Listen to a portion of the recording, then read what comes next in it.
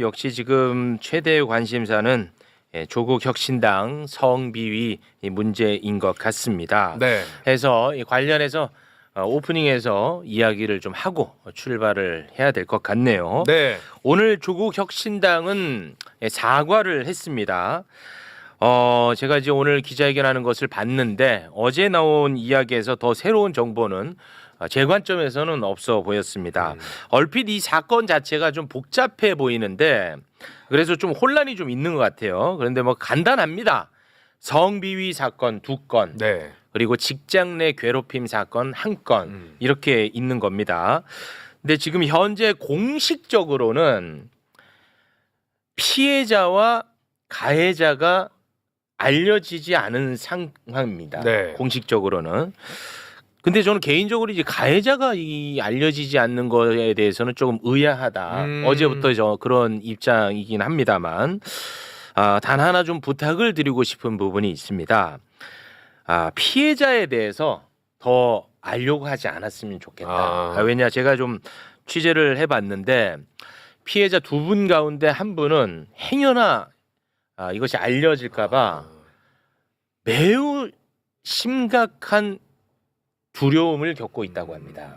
그렇죠. 예, 지금 현재 그 조국혁신당 내에서도 그 피해자가 누군지 거의 다 모를 정도로 다행이네요. 지금 피해자를 보호하고 있는 그런 상황이거든요. 그래서 댓글상으로라도 그런 부분에 대해서는 조금 조심해 주시면 좋을 것 같다는 생각이 듭니다. 네. 이와 관련해서 방송에서 많은 이제 평론을 하고 다니는 두 분의 의견을 좀 간략하게 좀 들어보도록 하겠습니다. 최진봉 교수님 그리고 강성필 부대변인 어서 오십시오. 네, 안녕하십니까. 네. 관련해서 뭐 혹시 뭐 어떤 생각을 갖고 계신지 간략하게 좀 부탁드리겠습니다.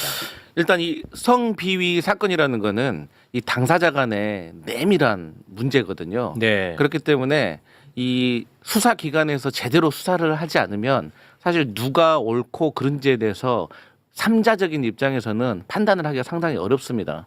그렇기 때문에 저는 이제 조국 혁신당 내부의 성비위 사건과 관련해서 말씀드리는 것보다는 그 이후에 좀 조국 혁신당의 태도에 대해서 좀 전 지적을 하고 싶어요. 네, 성비위 사건 자체는 지금 수사기관에 가 있는 상태입니다. 네. 그러니까 일단 강미정 전 대변인의 그 주장에 따르면 어쨌든 조국 전 대표가 이제 교도소에 있을 때도 편지를 보냈다고 합니다. 그리고 이제 조국 전 대표가 이제 출소하신 지 뭐 20여일은 지난 상황 아니겠어요?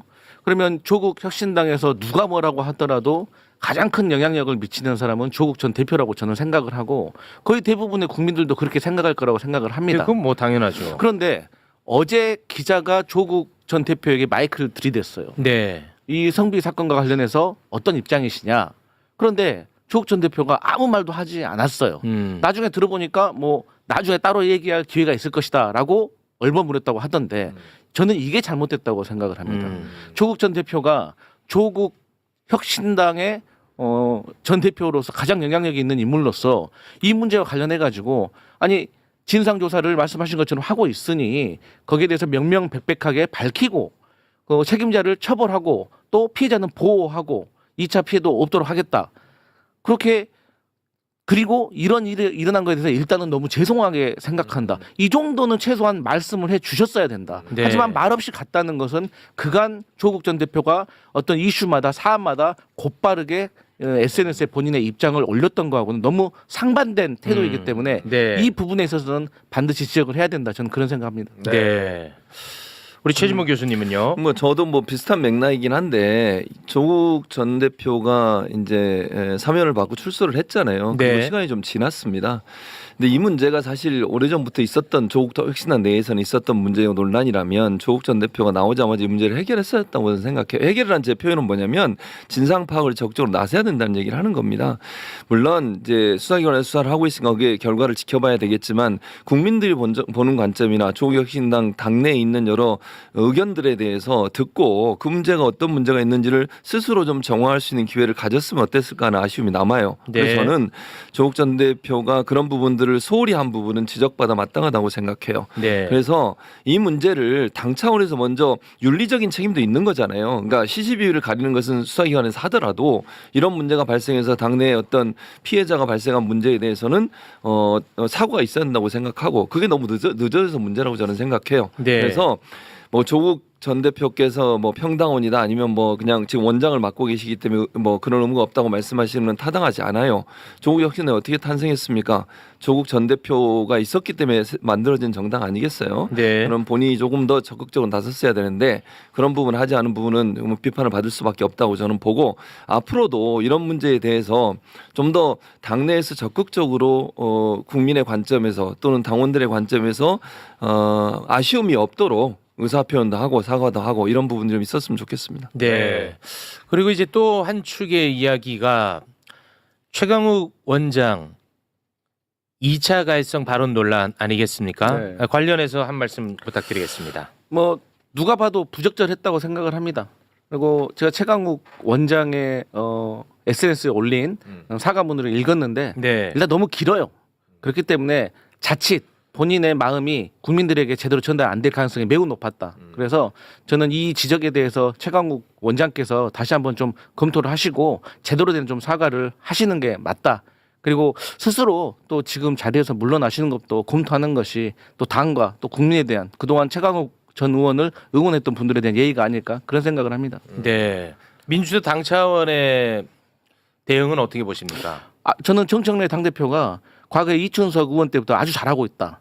어떤 사건이 일어나면 곧바로 진상 조사부터 빨리빨리 하고 그러니까 그 윤리 감사를 시켰잖아요. 그래서 또 결과가 나오면 거기에 따라서 또 개인의 관계와 어떤 호불호를 떠나서 네. 차갑게 냉정하게 객관적으로 저는 처리하고 징계할 거라고 생각합니다. 네. 우리 최진모 교수님. 최강욱 전 원장이 지금 이제 원장이죠. 원장의 발언 잘못됐어요. 분명히 잘못됐고요. 본인이 생각하는 바가 뭔지는 제가 잘 모르겠습니다만 공개적인 자리에서 오해를 불러일으키는 발언을 하는 건 절대로 하면 안 됩니다. 그거는 사실관계가 확인도 안 된 상태고 물론 뭐 최강욱 전 의원 입장에서 이러이러한 부분들이 뭐 이렇게 생각한다고 얘기하는 것이 아직 확인되지 않았기 때문에 그렇게 얘기한다고 할 수 있지만 그것이 피해를 당한 분들한테는 엄청난 고통이 될 수 있는 거거든요. 그래서 말을 할 때는 가려서 할 필요가 있는데 그런 부분이 아쉽고요. 그리고 민주당에서 이렇게 하는 건 잘하는 일이라고 생각해요. 윤리감찰단에서 감찰해서 정말로 문제가 심각하다고 판단되면 자리에서 물러나게 해야죠. 네. 그것이 국민이 원하는 민주당의 어떤 자세가 아닌가 이런 생각입니다. 네. 알겠습니다. 오늘 저 방송 전에 오프닝에서 이 부분을 다룰 것이다라고 이제 사전에 그 내용만 저는 이제 전달을 했습니다. 네. 근데 이제 두 분은 워낙에 이제 종편에 최적화돼 있다 보니까 두 분이 동시에 저한테 물어보는 질문이 있었어요. 뭐였죠? 그 매불쇼의 기조가 어떻게 되나요? 저는 근데 이게 아직도 나는 이게 속상한 거예요. 마치 최욱이 뭔가를 생각을 하나 정하면 우리 출연자분들이 거기에 맞춰야 된다고 생각하는 사람이 아직도 존재한다는 게 나는 너무 속상합니다. 그러니까 저는 어떤 한 사안에 대해서 다양한 의견이 있는 게 당연하다고 생각해요. 그리고 그 다양한 의견을 저는 담아내는 그릇이고 그 중에 이제 경쟁을 통해서 어떠한 의견이 더 우세하면 거기에 힘이 실리겠죠. 예, 그래서 네. 굉장히 아까 그 질문은 굉장히 개인적으로 제가 할 신경 말이 썼습니다. 있습니다. 네. 제가 그것을 사전에 우리 최욱 씨에게 물어보기 전에 저는 이미 곽수산 씨한테 나의 기조를 다 말을 했어. 나는 지금 이런 상황이다. 이 조국 혁신당의 이 성비 문제에 관해서 나는 이런 의견을 가지고 있고 네. 또 우리 민주당 최강욱 구성원에게는 나 마음 아프지만 나는 이런 의견을 가지고 있다라고 분명히 밝혔기 때문에 네. 전 당당합니다. 네. 왜냐면 알겠습니다. 최욱 씨가 뭐 어떤 사안에 대해서든 나오시는 분들에게 어떻게 이야기하실 건지 이런 것 자체를 물어보지도 않고. 그러면 하면 안 된다고 생각해요. 그러니까요. 방송을. 예. 예. 뭐 맞습니다. 저는 그런 질문 한 적이 없고요. 네. 그리고 이제 아까 들으면서 어떻게 나는 빼달라며. 뭔 소리야? 진짜.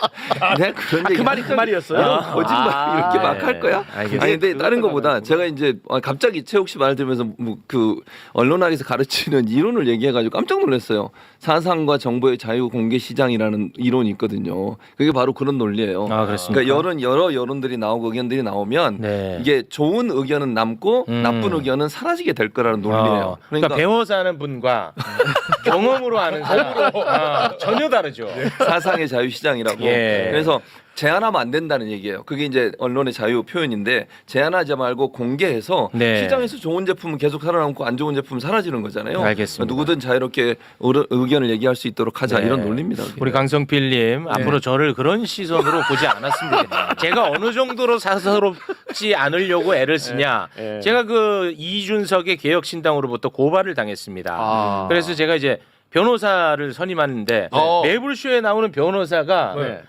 제일 많아 직업군 중에. 그렇죠. 그렇죠. 그래서 그걸 궁금해하는 분들이 많더라고. 아. 내가 누구를 선임했는지 네. 궁금해하더라고. 네. 네. 일면식도 없는 사람을 선임했어. 예. 왜요?